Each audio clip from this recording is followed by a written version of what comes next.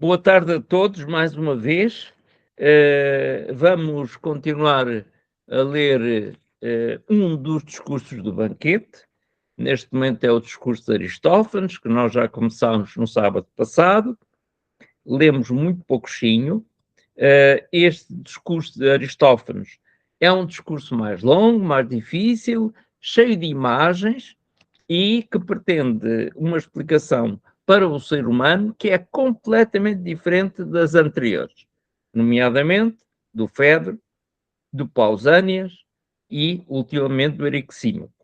Este Aristófanes começa uma segunda parte das concepções do ser humano que o banquete apresenta. Naturalmente, sempre com base no problema muito humano do desejo que nós temos por tudo e mais alguma coisa, a começar pelo desejo de nós próprios.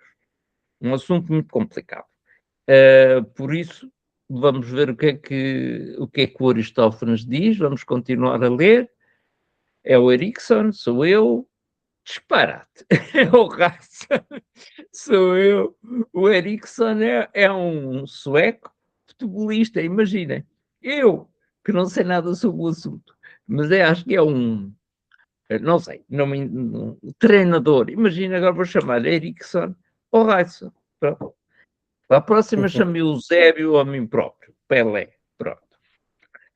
Vamos então começar. Estamos de acordo, Raíssa? Ou queres tu fazer um ponto da situação? Como é que queres Não, fazer? não. Não? Começar logo na leitura, né? É isso mesmo. O logo é que agora é que disseste bem. Onde é que ficamos exatamente? A gente leu o 190A, né? Acho que falta o B agora. É, Ele descreveu ali as características do humano, né? Que passou sim, por mutações, então ele falou ali das costas e flancos arredondados, tinham 4 mãos, igual número de pernas, seu pescoço redondo, 2 faces, igualzinhas uma à outra, aí ele foi falando, né? Agora é ali no 190B, quanto à origem destes 3 gêneros, né? Que tem o macho, fêmea, e tem esse terceiro gênero que ele descreve como andrógeno, né? Que era um gênero que só sobrou o nome dele, né? Só sabe o nome, porque depois ele sumiu. Só que é um gênero mutante, que ocorreu mutação, né? De acordo com o que Aristófanes está falando ali, né? Aí a gente vai ali no 190B, né? Eu começo a ler? pois claro. Então eu vou ler. E para em 190, olha,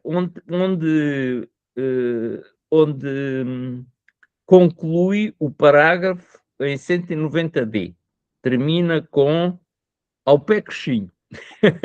Para aí, está bem? Vamos lá embora. Peraí, para onde tu disse? No pé Na coxinho. hora de parar, na hora de parar a gente vê, né? Bora primeiro começar, Está né? bem, está bem. Sim.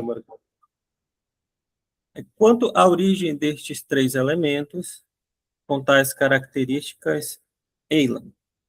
O macho foi inicialmente um rebento do Sol, a fêmea da Terra, e da Lua, a espécie que reunia as características dos outros dois, dado que também a Lua partilha da natureza do Sol e da Terra. Daí o fato de serem globulares, tanto eles como a sua marcha, devido à semelhança com seus progenitores. Ora, estes seres eram dotados de uma terrível força e resistência e, além disso, de uma imensa ambição, pelo que começaram a conspirar contra os deuses. O Olha, que para, Homero para aí, para aí, para aí, para aí. Vamos ver aqui como é que somos. Depois já se passa para os deuses.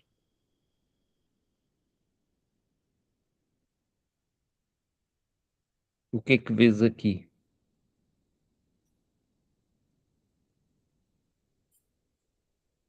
ele está fazendo relação dos 3 gêneros com o Sol, né, a Terra e a Lua ali. Porquê? Hum, ah, a fêmea, que é a terra, eu até consigo entender, né? Que é a terra, como diz o Exíodo lá, né? A terra, seio, como é que é? Seio seios largos, né? Que ela fala. Sim, Que é sim. algo que dá fruto, que alimenta, né? Isso. A terra. Então, a Lua ele está fazendo relação com o ser andrógeno, tem É. mutação, né? Que tem a característica do macho e da fêmea ali. O Sol obviamente, que ele está se referindo ao macho, né? Ao homem, né? O obviamente é que é o problema. É, O ele facto mesmo diz, o disso. macho foi inicialmente um rebento do Sol, né? Um rebento, um filho do Sol, né?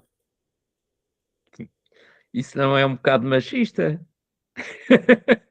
Nós é que somos o Sol. Se for Estou... da perspectiva, se parte da perspectiva que a gente tem, que muita gente tem hoje em dia, pode ser que É, sim, né? Mas aí é, já é. está falando de outra coisa, né? É, claro. Para os De um gregos não pensamento é. antigo, né? Que não É. existia machismo, feminismo. Não, não. Né? Mas porquê que é o Ah, Sol? Há um valor, não é? Porquê que será o Sol? porque o Sol, ele, por exemplo, a luz do Sol, né? Ele dá vida às plantas, né? Se o Sol não existisse, a gente não existiria também, né? O, os animais não poderiam comer da planta que cresce, né, sob a luz do sol, que faz o processo da fotossíntese e tudo mais, né, produzindo oxigênio, absorvendo o gás carbônico. Então, tudo isso tem relação com o sol, né? Mas o que que isso tem relação com o homem? O homem, a partir da sua semente, nasce novas vidas, né? Talvez seja esse significado, essa analogia que ele esteja fazendo, né? É uma é geralmente aquilo que as pessoas veem em primeiro lugar e é aquela que realmente salta assim à vista imediatamente, não é? Aquilo que tu disseste, imediatamente. As duas coisas. O aspecto biológico que tu referiste, realmente sem sol não existe vida na Terra, é um facto. Eu, eu, Essa é um facto. Depois, também não existiria se não houvesse água, não é? E parece que o sol e a água não são assim muito amigos. Ei, Mas, Jorge, diz, eu claro, estava assistindo uma série fictícia, né, sobre zumbi, olha o negócio, zumbi. muito gostas E, tu, muito e gostas tu. nessa série, um zumbi lá, ele acabou, né, o planeta Terra se destruiu, né, e o Sol, primeira coisa, e o Sol se destruiu também, né, porque eles tinham poderes e tal, então ele deu um jeito de um cientista lá pegar uma parte do Sol e fazer um Sol, como eu posso dizer, um Sol, um protótipo do Sol, digamos assim, Sim, né? sim, Aí, a partir do momento que o Sol foi destruído, aí automaticamente, assim, o mundo, o planeta Terra, ele foi se congelando, entendeu? Aí, quando eu vi aquilo ali, eu, caramba, é mesmo, né? Olha a importância do Sol aí, né? Se não fosse o Sol, a temperatura aqui seria baixíssima, né? ah, Tudo iria se congelar. Então o Sol ele ajuda a manter essa temperatura. É por isso que muitas vezes a gente vê lá no deserto, quando de dia a, a areia ela absorve o Sol, ela vai absorvendo, né? Fica quente para burro, fica quente para caramba ali, um né? Acima horror, de um 40 horror, um graus, horror. ali, fica terrível. Sim. Aí à Mais, noite, aquela areia, ela vai liberando aquele calor todo, né? Então vai ficando frio ali, né? Então tem frio. um processo térmico ali que é importante, que ajuda a entender esse mecanismo todo. Agora, mas tudo isso tem a relação com o sol ali, né? Com o aquecimento, com o esfriamento. Então, é importante, né? É. Há O um nosso segundo sol. elemento, há um segundo elemento que muitas vezes, quando se chega à interpretação aqui, as pessoas estabelecem, as pessoas, quer dizer, quem tem interesse e quem estuda estes textos, que devem ser zombies, não é? Mas, de qualquer modo, o que é certo é que muita gente refere isto. Eu lembro perfeitamente de quantas vezes isso tu disseste surge. Surge quase simultaneamente com isto que vou dizer. É a questão do brilho, da luz. E então muitas pessoas fazem uma contra e a favor. Fazem uma analogia, um confronto com a alegoria da caverna. O que dava, por vezes, sarilhos muito grandes. Porquê? Porque havia pessoas que diziam, então estás a dizer que o homem, como é filho do Sol, e o Sol simboliza o ser e a realidade, só o homem é real, só o homem é verdadeiro. Dava os sarinhos dos diabos. Claro que não é isso que se pretende, não é? Não é isso, mas percebia-se aquilo que dava ali. É a questão do valor do brilho, a luz máxima que nós conhecemos, o que parece traduzir aí sim uma valoração do masculino. Aí não há dúvida, não é? Porque é o filho do rei, é o filho do rei, ou da imagem do rei. Não deixa de ser verdadeiro, mas há mais coisas. O que é que tu vês aqui? Mas,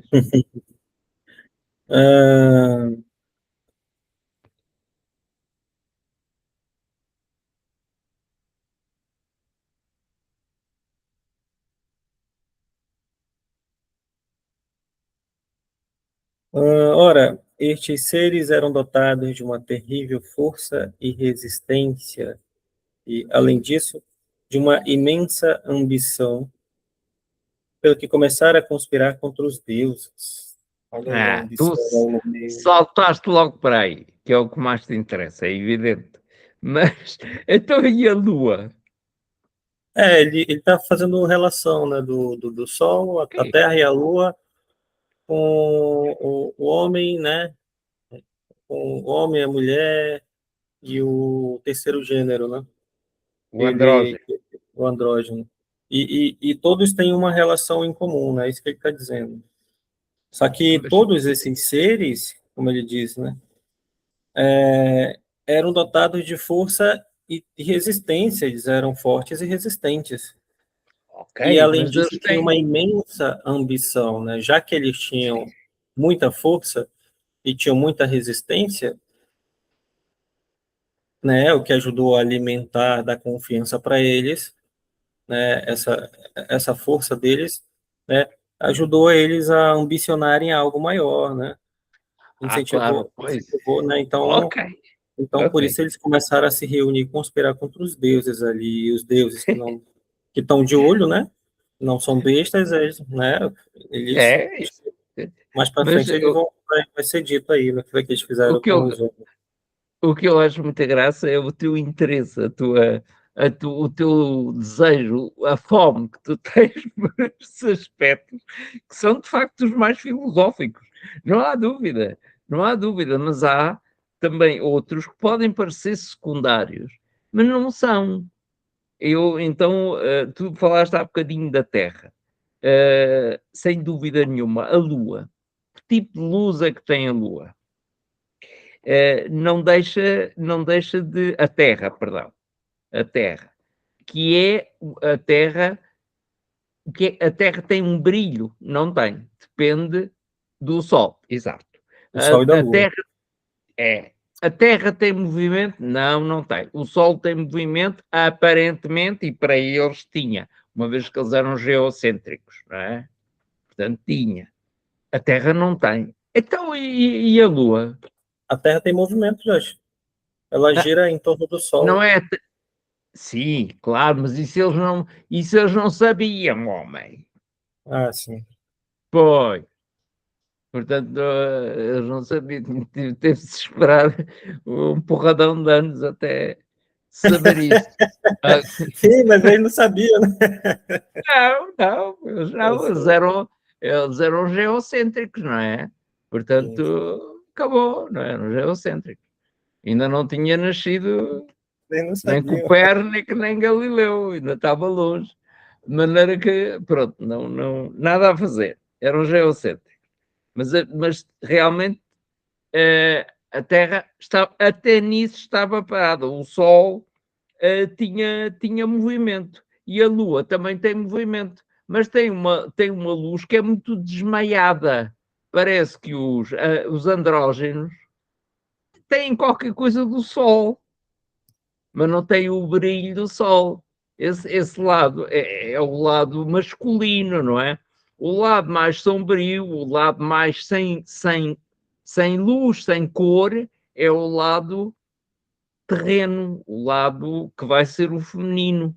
Estes simbolismos têm muita importância. Porquê? Porque é que eu estou a dar importância a algo que aparentemente não tem? É o caráter muito misto, muito impreciso do ser humano. Nós não temos, do ponto de vista de Platão, não temos, nós, na nossa vida, uns são mais brilhantes do que outros. Uns têm mais luz do que outros. E nós continuamos a dizer isso. Ele é muito inteligente. Tudo, isso está muito relacionado com a luz. Ele é uma pessoa.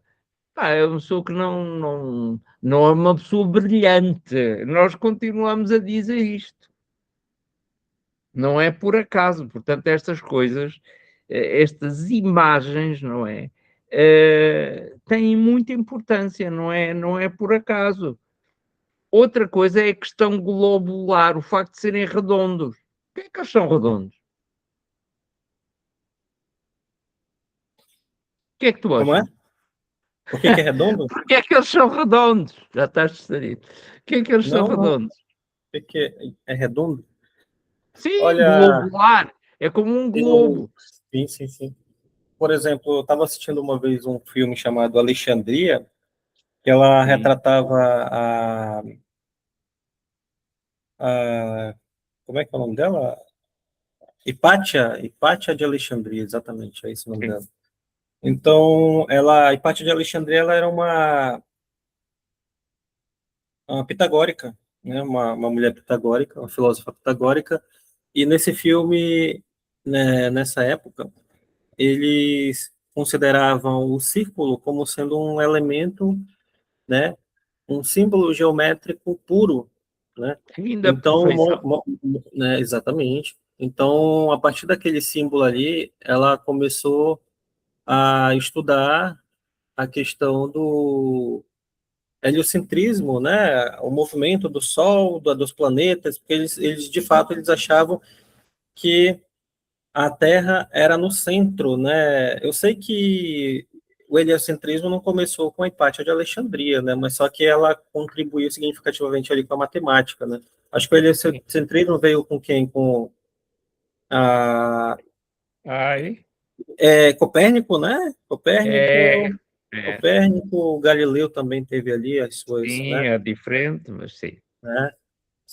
As suas contribuições também, mas isso daí, mas enfim, então nessa época aí, os pitagóricos eles consideravam, né, alguns símbolos geométricos como sendo, como se tivessem formas puras, como sendo perfeitos, como você disse, né? Então acho que por causa disso, o círculo, Não né? é só, não é só. né? Aquilo que geralmente ocorre às pessoas e que ocorre a todos nós é que a forma que nós vemos, quer da Lua, quer do Sol, são redondos. Portanto, é a semelhança. Mas ele não diz que são redondos. Ele diz que são globulares, como uma bola, que é uma Globular, coisa diferente. sim. Globular é uma bola, é um berlinde. Eu acho, É eu uma... acho que ele chega. Pode falar, pode falar. Não, pode dar. Não, eu ia dizer que eu acho que eles chegaram a essa conclusão porque, por exemplo, só um segundo. Desculpa.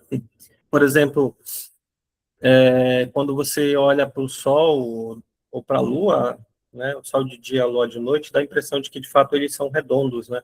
Então, Pois, se o sistema que governa o dia, né, para utilizar uma linguagem mais bíblica, e o sistema que governa a noite, que é a Lua, se aparentemente eles são redondos, então eu vou dizer que, como eu não sei explicar cientificamente por que eles me parecem ser redondos, mas eu sei, né, que pelo fato de predominar um pensamento não científico, mas um pensamento mítico, né, do sim. mito, do conhecimento do senso comum ali. Então, se o Sol, que gera vida, tem o poder de gerar vida com a sua luz, né? Eu não sei como explicar de onde vem, então para mim só pode ser divino isso daí, né? Deve ser dos deuses, coisa dos deuses, né? E a Lua, que determina o movimento das marés, e é capaz de iluminar a Terra à noite, né? Juntamente com as estrelas e tudo mais, deve ser divino essa coisa toda aí, né? Então, como tem o formato de círculo, né? Circular ali, globular, não sei, então deve ser esse círculo, essa forma geométrica deve ser perfeita, né? Deve ser divina. Então, talvez pode ser daí, né? Que venha, eles tenham tirado, não sei, estou conjecturando aqui. Isso é uma, mas globular é diferente, homem. Sim. Globular tem uma terceira dimensão, é uma bola. E a bola não se vê. O que nós vemos é um círculo. Quando muito, quando há um eclipse, ou quando há as luas cheias e as luas novas, então aí nós temos uma ideia de que não é só redondo, tem assim uma terceira dimensão. Mas o que é que a bola tem de tão particular? Porque é que a bola, qual é a grande diferença relativamente a por exemplo, a um cubo e a uma bola? O que é que eles fazem? É uma coisa diferente. Que aqui para Platão vai ter imensa importância, até pela maneira como estes seres se movem.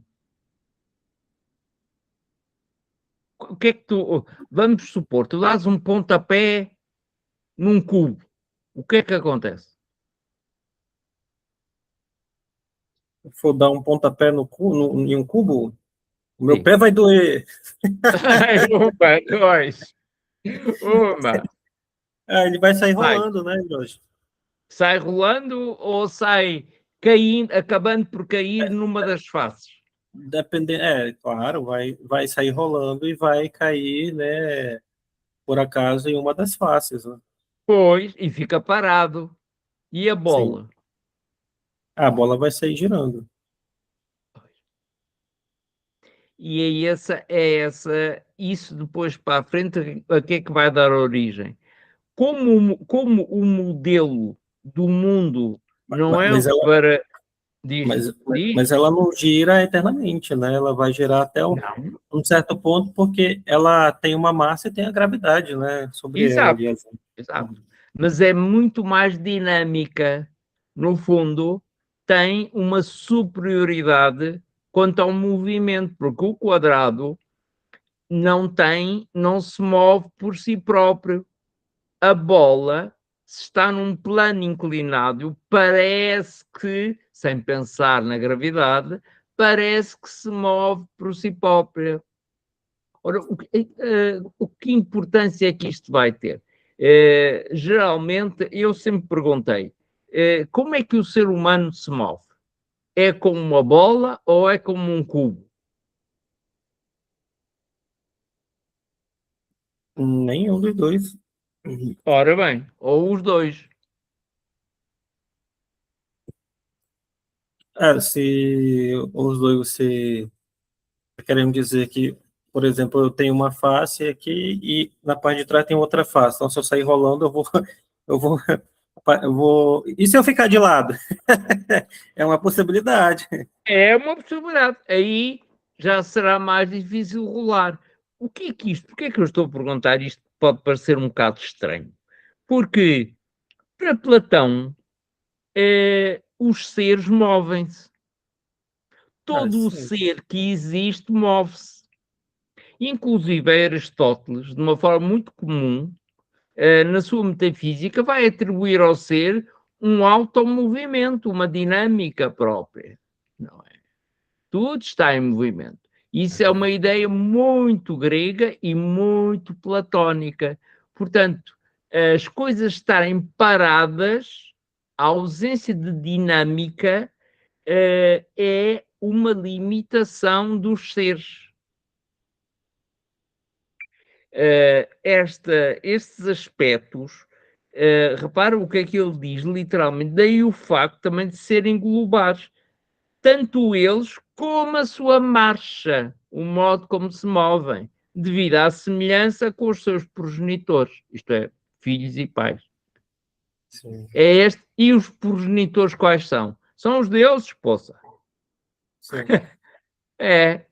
São os deuses. Portanto, o divino também tem um movimento. O movimento é uma forma perfeita, ainda que imperfeita, mas é uma forma perfeita da circularidade. E se há forma que tem maior movimento, é a circular. Nunca é aquela que tem faces. Não é por acaso que nós dizemos que uma pessoa é quadrada, quando é burra, quando só vê uma coisa que está à frente. Porquê? Porque está parado. Tem um dos lados dela, está parado no chão, só olha em frente, ou só olha de um dos lados.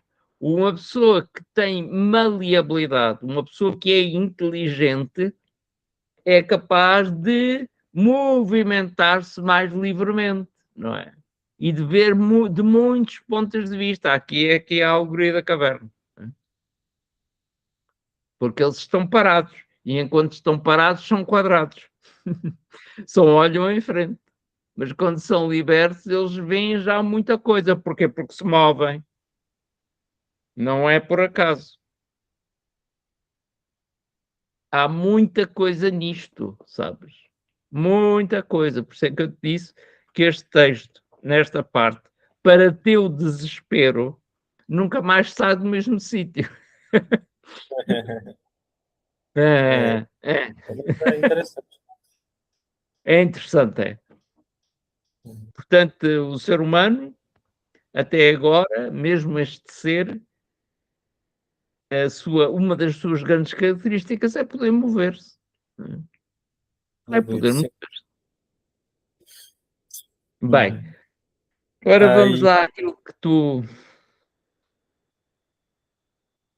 Não sei o que é que queres dizer mais. continua a leitura, e ali parou na parte da ambição dos homens começar a conspirar com os deuses ali, né, contra os deuses. Não sei. Estes seres têm uma terrível força e resistência. Isso. O que é isto? Como é que tu interpretas esta coisa? Força e resistência, né? Eles têm muita força e têm resistência. Eles absorvem bem qualquer impacto, né, que vier contra eles. Então, eles estão confiantes e têm uma grande ambição, por isso que eles estão indo contra os deuses. Né? Mas não será isto uma questão física? Tem uma terrível força e resistência. E, além disso, uma imensa ambição. Não são duas coisas diferentes? Sim, são diferentes, mas que se complementam, né?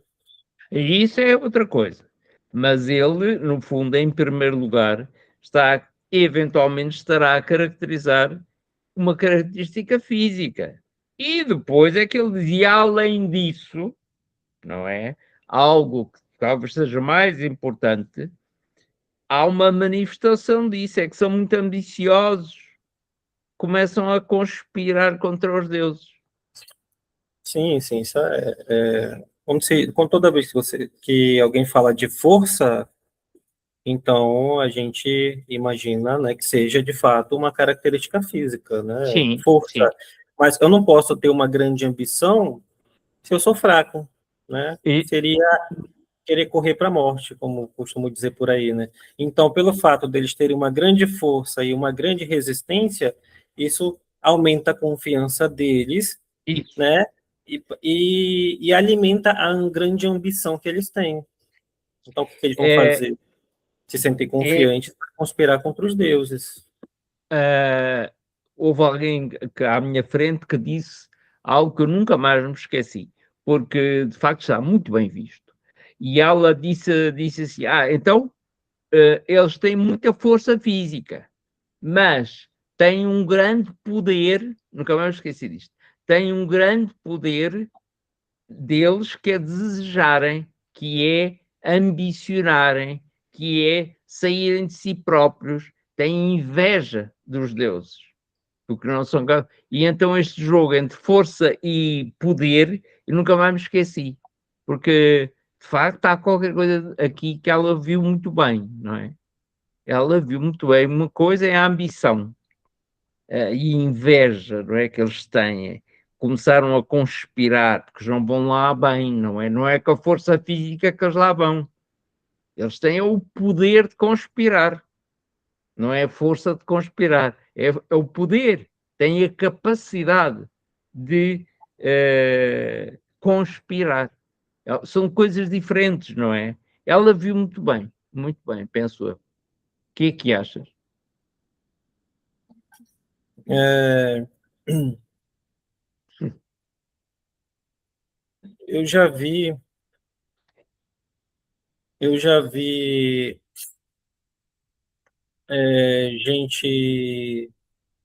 gente fraca só com estratégia, raciocínio, colocar uma pessoa 3 vezes maior do que ela no chão. Já vi isso. Só que aqui o que o autor está colocando, ele está dando algumas características para essas pessoas, né? Ele só está se referindo à força e resistência, né? Apenas isso, força e resistência.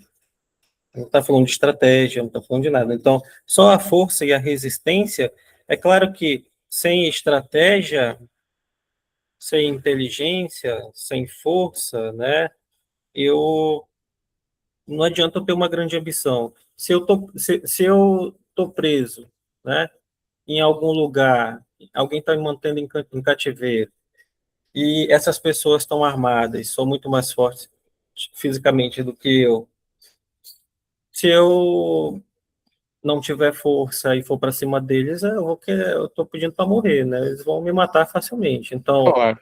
agora, se eu não tiver tão desesperado assim, né? Mas tiver estratégia inteligente, então o que eu vou fazer? Se eu não tiver sozinho, é claro que eu vou tentar procurar, né? Conversar com as outras pessoas que estão na mesma situação do que eu, para a gente se revoltar e tomar o poder para se libertar, né, e tudo mais. Então, mas tem estratégia, não é algo impensado, né? Porque não adianta você ser corajoso sem estratégia, né, sem saber aquilo que você está fazendo. Você precisa, né, assim, calcular, né, exatamente os passos que você vai dar para porque a sua vida está em risco ali, né? Agora, né, a partir do momento em que depende de muitas coisas, né? Quantas pessoas estão comigo? Somos a maioria? Somos a minoria? Então, se for a maioria, é mais fácil, né? Mas se somos a minoria, mas ainda assim tem que ter estratégia, tem que ter cuidado, né? Então, eu vou procurar meios, né? Procurar calcular o horário que... Tudo isso que eu estou falando aqui é de filme que eu assisto, né? É, A é pessoa, nada. os filmes, quando os caras estavam presos lá, o que ele fazia? Ele calculava o horário que o guarda comia, que o guarda acordava, o horário Isso mesmo. de troca de turno. Isso. Então tudo isso tem que ver, usar inteligência, né? Só que aqui ele está dizendo só força e resistência, né? E ainda assim uma grande ambição. Ela alimentou ainda mais a ambição que ele já tinha, né? Então, apenas isso, né? Bora andar um É, pouquinho mais, senão a gente não vai sair daí, gente. é um apenas que é muito importante. Porquê? Porque existe racionalidade, homem. Mas já Estes foi seres. falado isso, né? Não foi, não. Mas eu acabei de falar, inteligência é racionalidade. Tu Uma grande acabaste de falar. inteligência, estratégia, Tudo isso daí existe ok. racionalidade, uso da razão para isso aí. Mas nós tínhamos falado da força física. É a primeira vez que estes seres são considerados racionais. Primeira vez. Não têm só órgãos físicos. Eles usam-nos. Por isso é que eles conspiram, como tu disseste. É a primeira vez que Platão atribui a estes seres uma racionalidade. Mais do que isso, têm noção de que algo os supera, que são os deuses, não são os seres quaisquer. Têm capacidade abstrata. Não é assim qualquer coisa. Por isso é que pode parecer que estou a ser, agora que é, chato, a encontrar importância naquilo que não tem, mas tem, homem, tem. Importância tem, mas a gente já comentou sobre isso, sobre estratégia, sobre raciocínio, sobre força. Eu dei até o exemplo de alguém na prisão aqui. Agora não tem mais, não tem mais o que tirar daí, entendeu? Raciocínio, estratégia, inteligência, tudo isso daí se resume tudo Pronto. na capacidade de racionalização.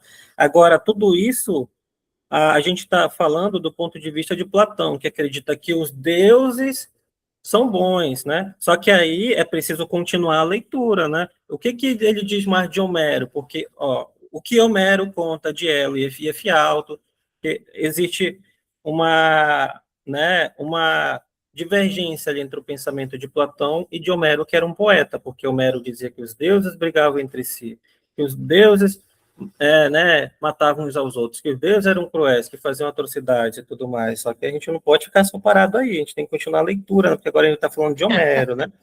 Entendeu? É, Acho eu que não, acho que não tem mais o entendi que isso. se aprofundar nisso daí. A gente sabe o que é Não, racionalidade, né? A gente não é aluno de ensino médio. A gente sabe o que é não é, racionalidade, não a é gente sabe o isso. que é raciocínio, razão, isso daí não tem mais o que se aprofundar. Convém é caracterizar o que estes homens são. Mais nada, estes seres Mas são. já foi caracterizado, Está Jorge. bem, mas convém ser claro. São físicos e são mentais. Têm uma mente. É isso que é preciso dizer. Não são mecânicos.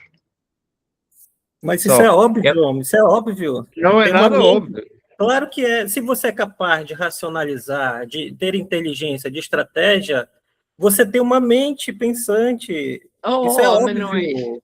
Jorge, a gente não Não está é aqui com isso. alunos do ensino médio, Jorge. Não, A gente tem que continuar a não, leitura. não é isso que eu quero dizer. O que eu quero dizer é que convém caracterizar bem. É só isso. Mas já foi Mas, caracterizado bem. Não tá tem por que bem, ficar tá bem. perdendo mais tempo com esse parágrafo aí. Tá bem. Vamos lá então. E o que é que tu dizes mais? Não digo Nada. mais nada, já foi dito Ok. tudo já. Ah, tá bem. Então vamos lá. Continuamos lá. O que Homero conta de Eto e Efialto se conta também a respeito deles. Isto é, que tentaram escalar o céu na intenção de atacar os deuses. Quem é esses cabras? Tem uma nota de rodapé 56 aqui. Vide Odisseia, tem que ir lá no Odisseia agora ver, saber o que conta sobre isso. Ilíada, como Sarabura, o mito é relacionável com a história da Torre de Babel. É.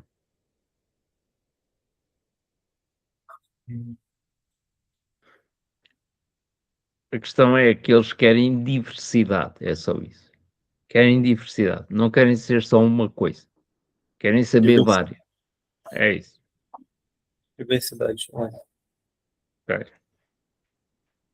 E têm essa ambição. Querem saber.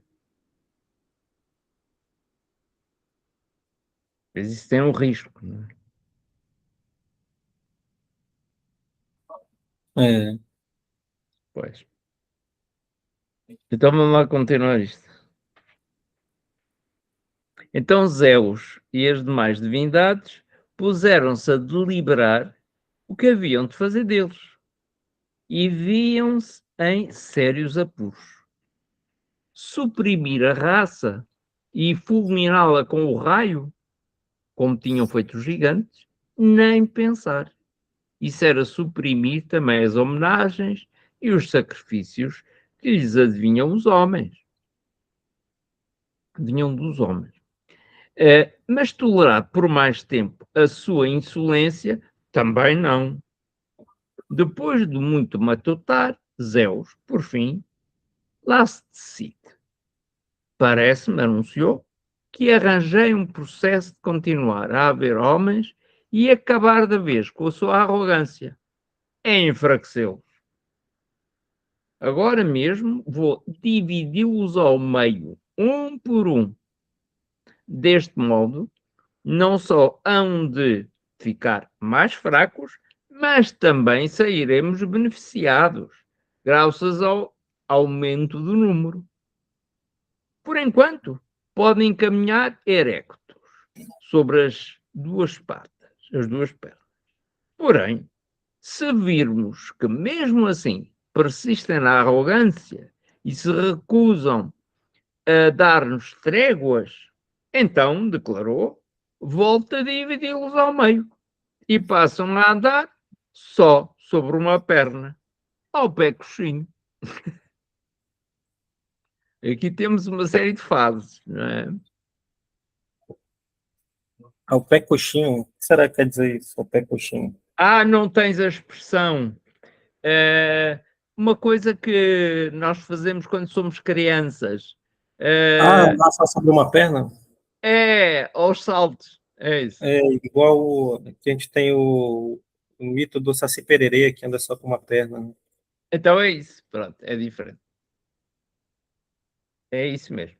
Pronto. Então, e agora aqui? Como é que vais ver as coisas?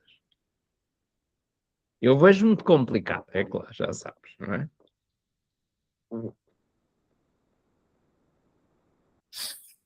Agora está falando ali a partir da perspectiva dos deuses, né? Começaram a se reunir para verificar o que, é que eles iam fazer com essa raça aí que está tentando se rebelar, né? Com os seres humanos? Sim. Então, Zeus e as demais divindades puseram-se a deliberar o que haviam de fazer deles e viam-se em sérios apuros. Então, se sentiram ameaçados, né? Se sentiram ameaçados ali, né? Suprimir a raça e fulminá-la com raio, como tinham feito aos gigantes, nem pensar. Isso era, isso era suprimir também as homenagens e os sacrifícios que lhes adivinham dos humanos. Ou seja, eu devo fulminá-los, mas se eu fulminá-los, eu vou, né, a gente vai perder com isso também, porque a gente se alimenta das homenagens, dos sacrifícios que eles fazem para nós, é assim que eles estavam Isso. pensando. É. Então, Porque, fulminá-los nem pensar. porque os deuses também estão dependentes dos seres humanos, não é? Sim. É o cabo dos trabalhos. O cabo dos trabalhos. Bem, e tu vais para a frente, já se sabe. Oi? E tu segues. Portanto, esta é a Hum, primeira hipótese. mas tolerar por mais tempo a sua insolência também não. Depois de muito matutar, Zeus, por fim, lá se decide. Parece-me, anunciou, que arranjei processo de continuar a haver homens e acabar de vez com sua arrogância, é enfraquecê-los. Hum, é. Agora mesmo vou dividi-los ao meio, um por um. Deste modo, não só hão de ficar mais fracos, como também sairemos beneficiados, graças ao aumento de número. Por enquanto, podem caminhar eretos sobre suas duas pernas. Porém, se virmos que mesmo assim persistem na arrogância e se recusam a dar-nos tréguas, então declarou: volto a dividi-los ao meio e passo a andar só sobre uma perna, ao pé coxinho. É, que Aristófanes está contando ali, né, como os humanos eram, né, antes de se rebelarem contra os deuses. Então, os Zeus com as outras divindades se reuniram, né, para acabar com essa insolência dos humanos, fulminar eles nem pensar, porque dependem dos homens, né, para se alimentar ali. Então, resolveram enfraquecê-los, que é dividir eles no meio. Se ainda assim eles não pararem com essa arrogância e quiserem se rebelar, vai dividir de novo, né? Porque vão andar só com uma perna. Só que, pelo visto, eles não se rebelaram, né? Porque ficaram com medos ali. Então, É estranho, ah, é muito estranho. Porque então os deuses não têm força para vencer o homem por inteiro. mas o que ele está dizendo? Força ele tem, mas ele não, como ele disse, eu não posso fulminar eles porque eu dependo deles. Ora bem, mas mesmo sem esses meios, o Deus devia ter a capacidade, não é, de dominar o homem. Só que o homem tem uma capacidade própria que sabe fazer face, tem força, agora que é, tem poder para fazer frente às capacidades dos deuses. São dependentes, sim senhor, mas são dependentes nas honras que lhes dão. Mas são dependentes do ponto de vista da capacidade? Ou o quê? Ou eles é que são dependentes da capacidade dos homens?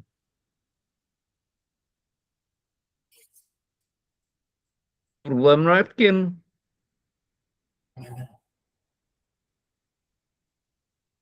Ah,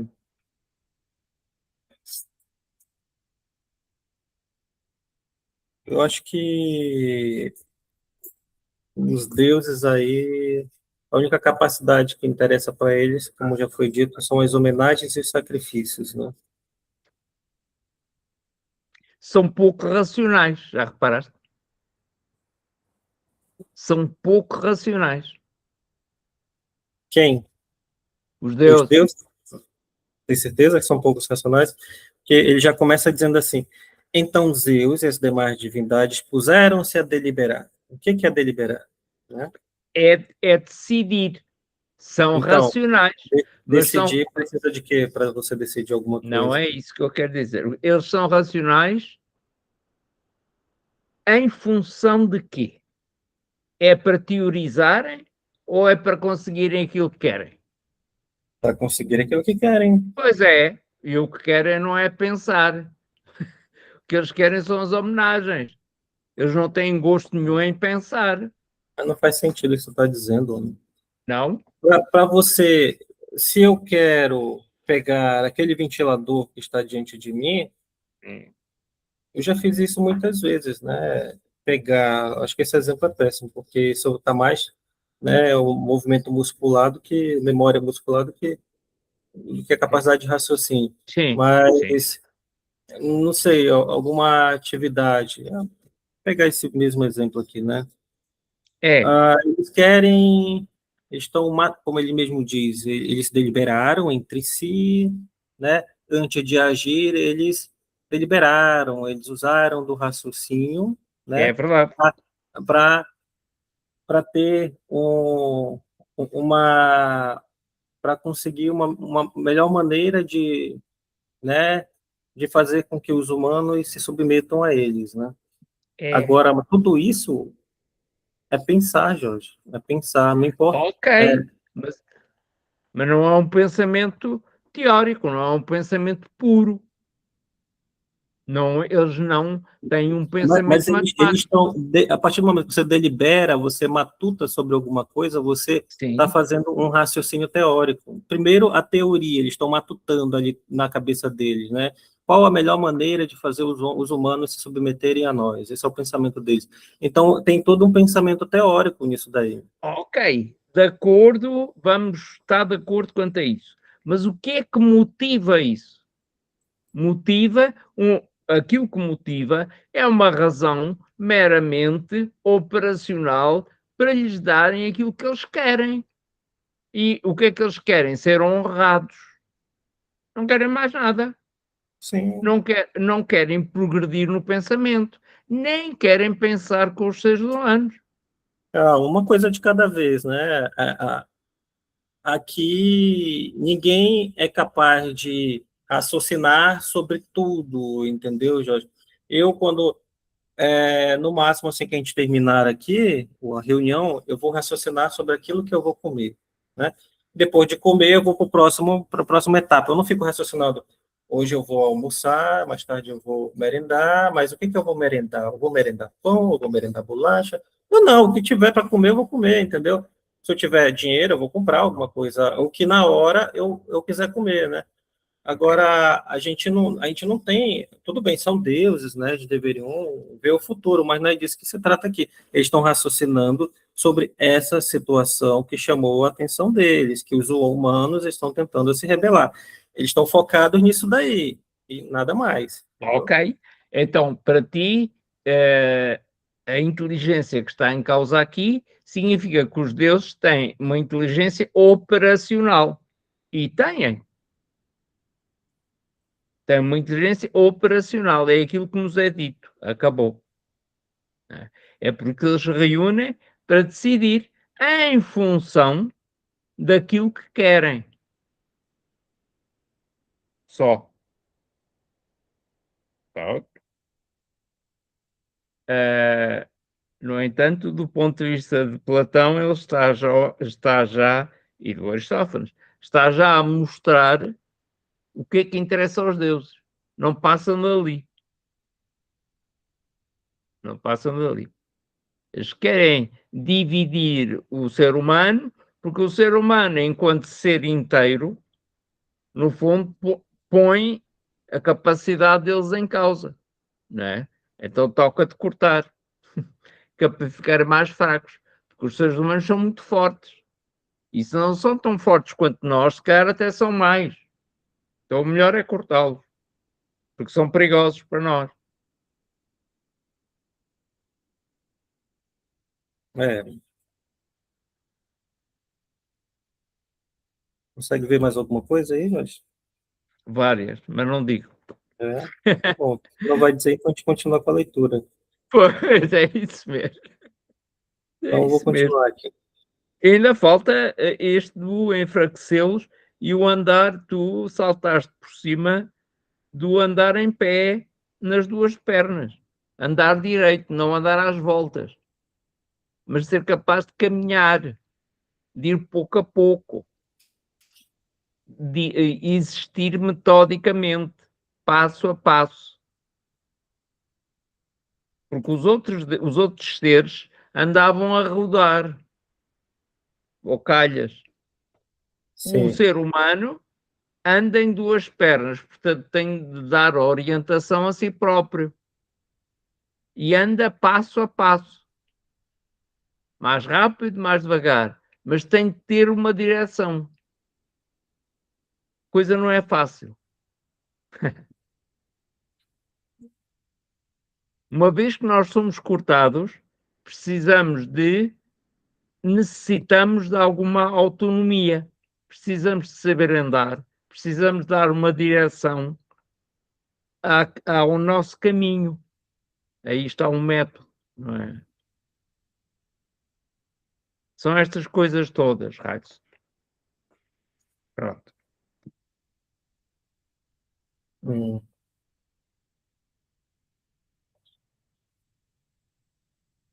O que é que vês mais? Não vejo mais nada. Eu já vi uma parte. Pronto.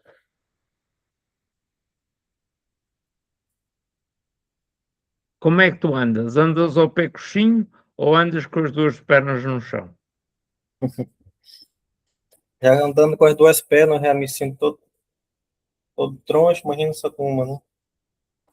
Foi. Ah, com as duas pernas, né, claro, Jorge? Andamos, mas enganamos.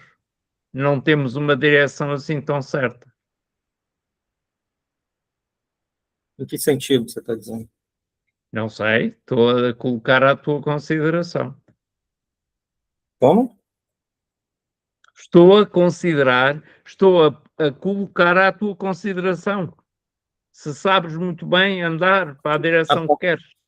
claro que sim. Ah, agora, A partir do momento em que eu tenho olhos, eu tenho duas pernas, eu posso sair pela porta, virar à esquerda de novo, né? Ou, ou virar à esquerda, à direita e descer a escada e ir para a rua ali, né? Vou Sim. para onde eu quiser. Agora, se você está falando no sentido de que, mesmo tendo olhos, mesmo tendo uma capacidade de deliberar, ainda assim tem pessoas que não sabem para onde vão, para onde ir, o que fazer da Pois é, vida, isso aí já é outra coisa, né? pois É é. outra Esse história.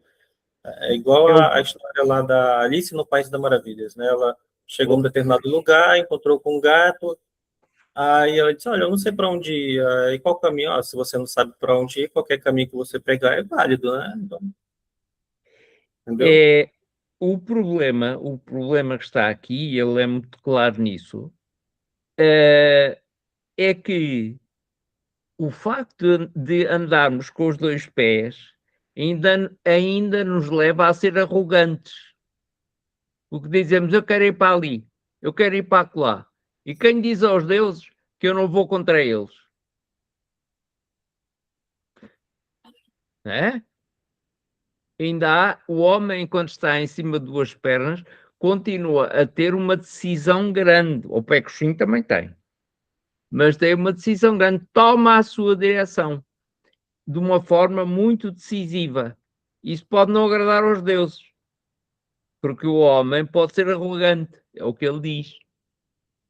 Pode ser arrogante, pode ser convencido. Ah, eu sei muito bem para onde é que vou. Pronto, e ponho-me a andar. Mas se calhar os deuses também não gostam disso. Mas, Não gostam. mas os homens, os seres humanos, eles têm duas ou é uma perna só, Jorge? Tem duas. Tem duas, então, se tem duas, então indica que o enfraquecimento dos homens por parte dos deuses parou aí.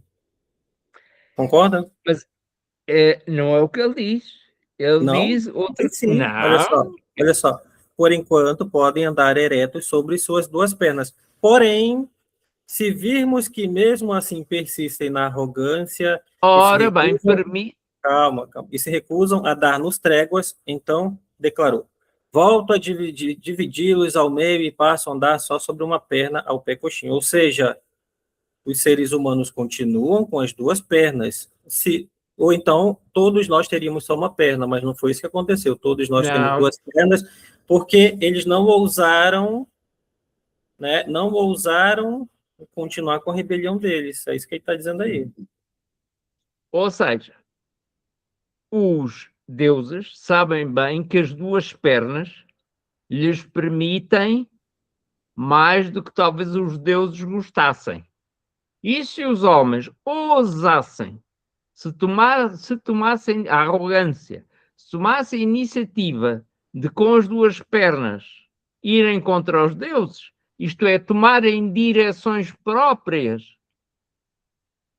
sem serem inspirados pelos deuses, e aí talvez os deuses não gostassem.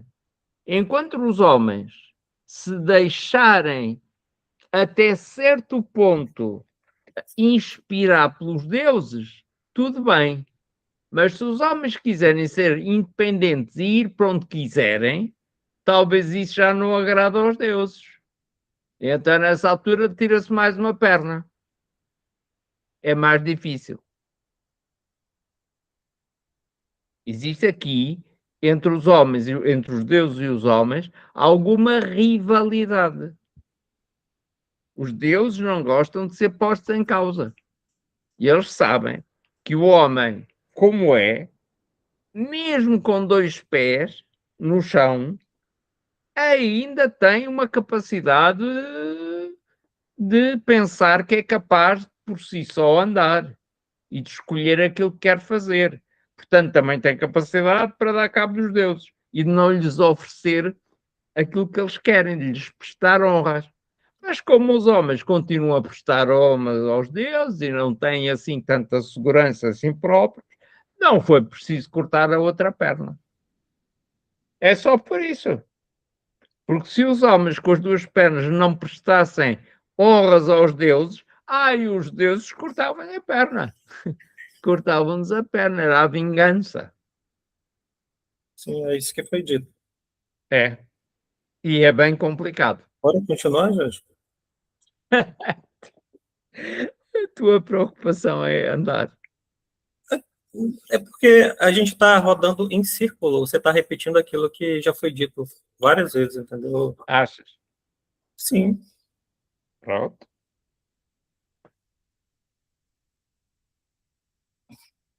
Então vamos lá. Dito e feito, foi-se a cortar os homens às metades, exatamente como se cortam sorvas para as pôr em conserva, ou como se faz aos ovos com o cabelo.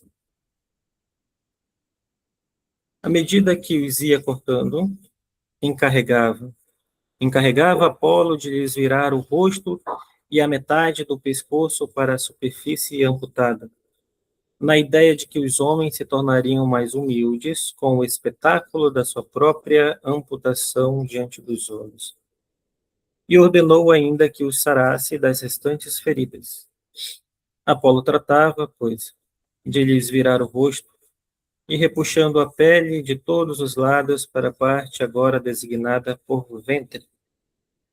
Apertava com toda a força, à maneira de bolsas providas de cordões, em volta de uma única abertura que deixou mesmo no meio do ventre, justamente o que hoje chamamos umbigo.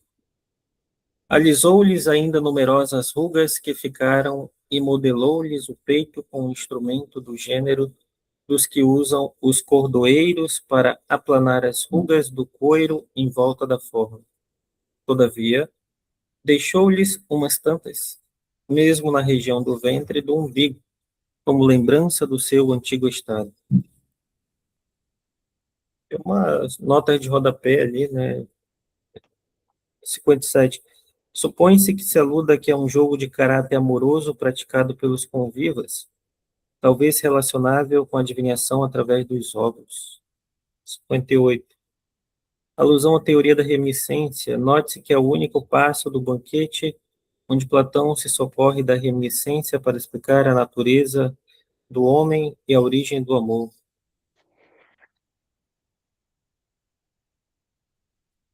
E aqui? Neste É, parágrafo, neste parágrafo grande. agora eles estão falando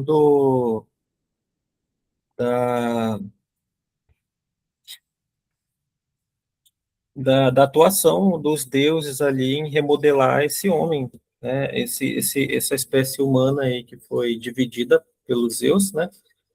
Então teve a atuação ali de Apolo, né? De quem mais? Que Mais ninguém. remodelou ali o rosto, o ventre, o umbigo, né? Os cordões. E o Apolo é desde quê?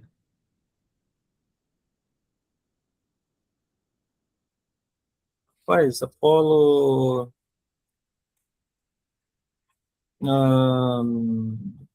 O símbolo da Apolo é a luz. É luz?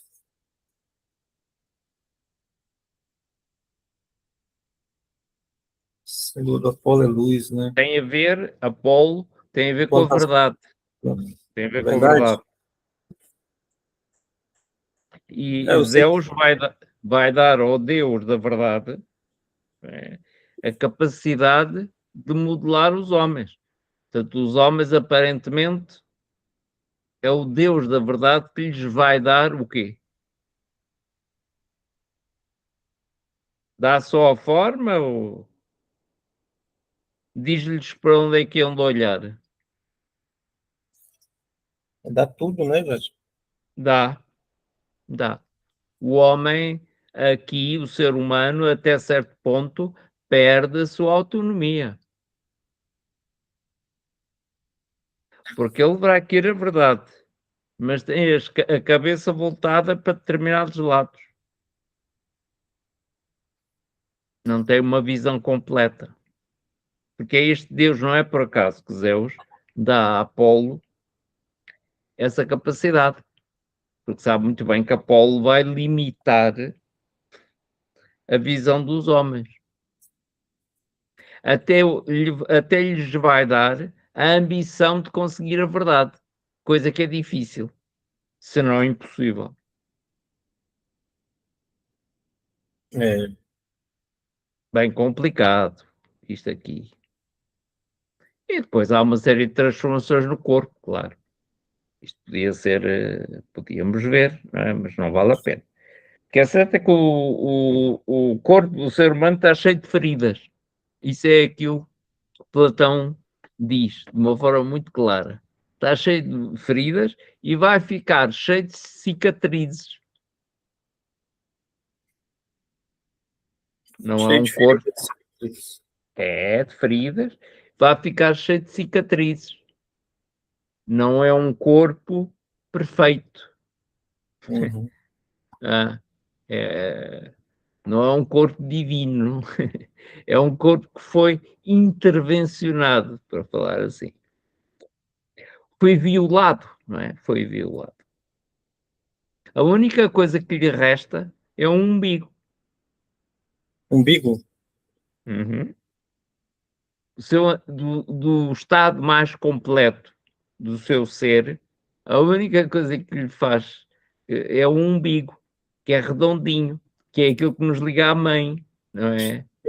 Eu, agora que você falou do umbigo, eu lembrei de um.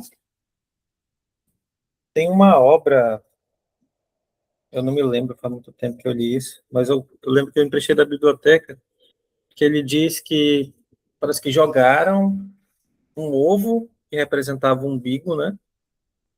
E esse ovo ele foi cair lá se eu não me engano, em Delfos, né? Que lá foi cair em Delfos, aí era um umbigo, né? Era um ovo ali que dali. Era o umbigo da Terra. Isso aí sei que tem relação com Apolo também. Esse Apolo ele é muito É citado na mitologia grega aí, isso demais. mesmo, isso mesmo. Febo Apolo, né? Homero fala muito dele. Pois fala, Ah, pois fala. ah, eu sei que eu vou procurar essa obra aí, porque me interessou saber mais sobre um pouco sobre esse Apolo aí, né? Porque ele tá em tudo que ele é comentado por que direito, como costuma É, dizer. é o Deus, no fundo, é o Deus da filosofia, não é? É Apolo, é o homem do esclarecimento, não é? É o que esclarece, é aquele que, não é por acaso também, que a pitonisa, não é? O Deus da pitonisa é Apolo. Apolo, né? Claro, as libações que eles fazem aos deuses, o deus que é, em primeiro lugar, venerado é Apolo, porque é o príncipe dos deuses. E, precisamente, Zeus vai dar a Apolo essa tarefa de organizar o ser humano, mas vai-lhe dar algo que é absolutamente desesperante para o ser humano, que é conseguir aquilo que ele aparentemente dificilmente consegue. Porque o ser humano quer a verdade, não é? Quer a verdade. E, no entanto, toda a sua luta para chegar lá é uma desilusão. Começa aqui um problema grande na imaginariamente com Platão Platão lança aqui o problema da aletheia, Aletheia. daquilo que está coberto, daquilo que não se mostra, daquilo que nós queremos tirar o véu para ver. É isso que depois o Heidegger vai dizer. Verdade é aquilo que se descobre, está lá. Não é? O que nós vemos, a verdade é o que está coberto. A nossa verdade. O Apolo realmente está no umbigo do mundo. Porquê? Porque ele é o Deus que consegue estabelecer a comunicação entre a realidade e aquilo a que os homens têm a realidade. Mas aquilo a que os homens têm a realidade foi ele o responsável. Porque ele é que os modelou e os pôs a olhar para ali e para acolá. Não lhes deu a capacidade de olhar para todo lado, não é? Mas é.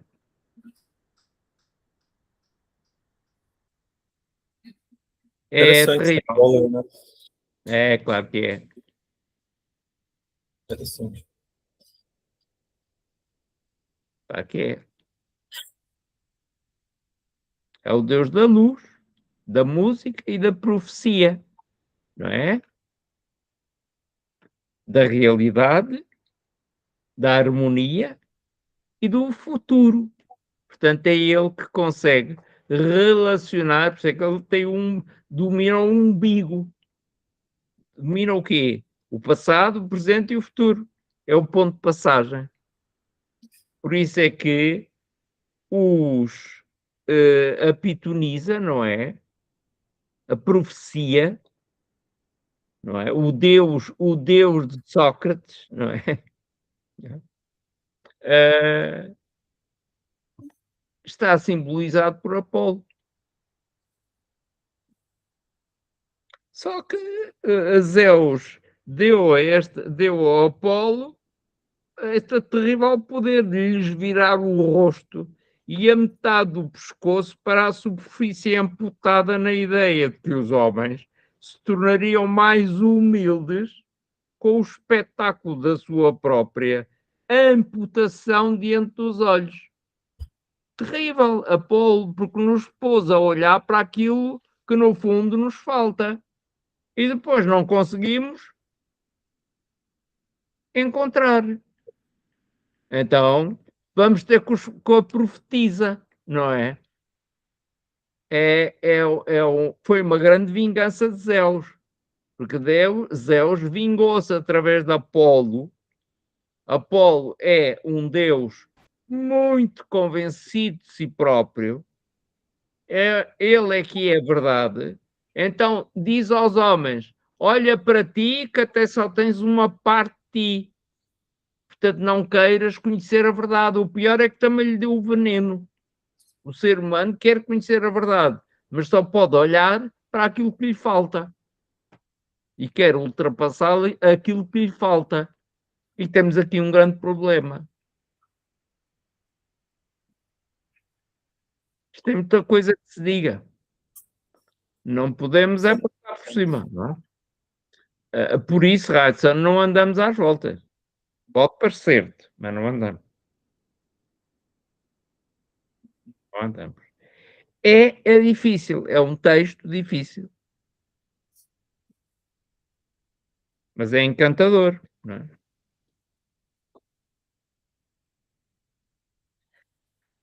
Ai, ai. E agora? É, Para que aquilo que nós temos é a lembrança. Só temos lembrança? uma. Temos, é o que ele diz. Nós guardamos uma memória disso. Isso vai ser a anamnese em Platão. Não é? Ah, sim. Pois, é isso. Nós só temos uma memória do antigo Estado. Portanto, só temos uma memória de quê? Da perfeição. Só temos uma memória do ser completo. Porque aquilo que nós temos hoje em dia é a experiência do ser incompleto em que nós vivemos. Porquê? Olha, porque os deuses não. Então, o É isto. ventre e o umbigo ficou para que não puder, ficou como memória, garantia para que a gente não esquecesse daquilo que a gente já foi, né? Do nosso Mas estado, né? em parte, e porque o umbigo não vê. Parece um buraco, parece um olho, mas não vê. Ainda por cima, Hum, não vê. Do ponto de vista dele, tem uma memória. É um símbolo.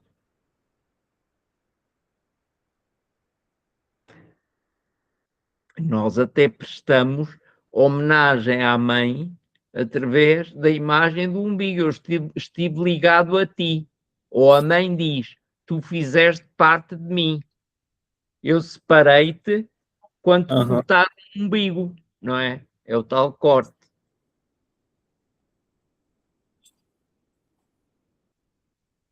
verdade. Pois é. Isso é o antigo Estado aqui, mas não é, naturalmente, não é comparável. Mas queres avançar ou queres parar? É melhor parar, né? Falta 15 minutos, né? É, acho que sim. Tu achas que eu estou que eu estou a empatar isto? É. Empatar? Em que sentido? Sim. Empatar, quer dizer, estou a demorar isto, estou a ser chato, estou. Não, nessa última parte não, Jorge, mas assim, estava rodeando muito na mesma coisa, entendeu? No início, na questão da mente, se já foi dito que o indivíduo tem capacidade de raciocinar, de deliberar, é claro que ele tem uma mente por trás. Aí rodeava e falava a mesma coisa, só que outras palavras, aí parece que a gente não saía do lugar, entendeu? Aí você queria ficar aprofundado nisso aí. Aí eu, poxa, mas a gente não vai sair daí, então, né? Precisa seguir com o texto. Pronto. Ok. Mas, Eh, mas assim, não não tem aconteceu isso importância. não hoje, mas outras vezes não, foi normal, a leitura, o diálogo, a conversa aí. Aqui hoje aí você queria ficar muito tempo naquilo ali, na mesma coisa, entendeu? Ei, Aí, tu exasperas. Tu exasperas. Eh, pronto, não tem importância. Quando achares que a coisa está. Talvez. Bem, fui eu que não consegui eh, induzir a diferença do que estava a dizer. Pronto, aqui fui eu. Não há. é normal, acontece. Não, pois não. Ah, Não, tenho medo de estar a amassar e depois tu acabares por, sei lá, por te fatares e desistires. É isso. não, desistir também é exagero, né? É, exagero, né? Mas assim, Diz? eu acho que você não percebeu, né? Assim, eu penso que não, né? Sim, Ah, né? Não sei, você falou que você achou que era importante, né? Era importante. Só que eu acho que você não percebeu que você estava falando a mesma coisa do que já tinha sido está bem, dito, né? está Só que com outras palavras. bem, está bem. Né? Aí eu, mas já foi Mas dito isso fizeste daí, muito né? bem, fizeste muito bem, então, pois, com certeza, ainda bem que fazes isso. Porque isso é uma chamada de atenção. E também é uma, além de uma chamada de atenção relativamente a mim, é uma chamada de atenção para o facto de nós estarmos os dois, não estar só eu. Portanto, há que, há que perceber que há ritmos diferentes, não é mais nem menos. Pronto, são ritmos e atenções diferentes às mesmas coisas. Isso tem de ser. Para já é diferente, são duas pessoas.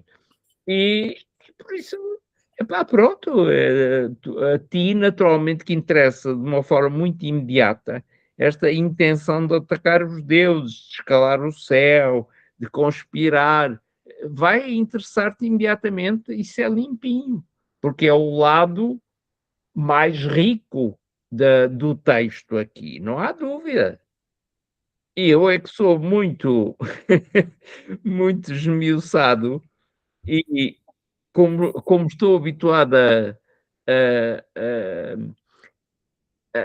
a fazer uma análise muito pormenorizada das coisas, me habituei a trabalhar em grupo de pessoas para determinados cursos que no fundo estão à espera desse tipo de análise, mas aqui não pode haver, é isso que eu tenho de perceber. Por isso é que eu te disse, eu aqui não posso estar, senão eu abria um curso na universidade, se estivesse na universidade. E então aí pronto, aí a pessoa, mas aqui não é o caso. Portanto, aqui nós temos de ser discretos, não é? Temos de ser humildes. agora é que é. É isso, pá. E eu muitas vezes não sou arrogante. Sou arrogante, sou convencido. E pronto, é, É, pronto. Mas pronto, isso não tem importância nenhuma. Nenhuma. Só não quero é que, só teria era muita pena se tu acabasses por, sei lá. não, não, não, não. Desistir não, né? O texto é belíssimo, né? O É, diálogo de Platão e é algo que interessa muito, né? muito, As coisas que ele diz, escreve, né? O pensamento dele que muitas coisas perduram até hoje, outras fica ali no nível do mito mesmo, da ficção, mas ainda assim não deixa de ser, de ter sua importância pela maneira como foi construída, né, como foi utilizado os personagens, então tudo isso é importante, né? muito. Eu vou desligar essa gravação aqui Ah, ainda para estás, sim, sim.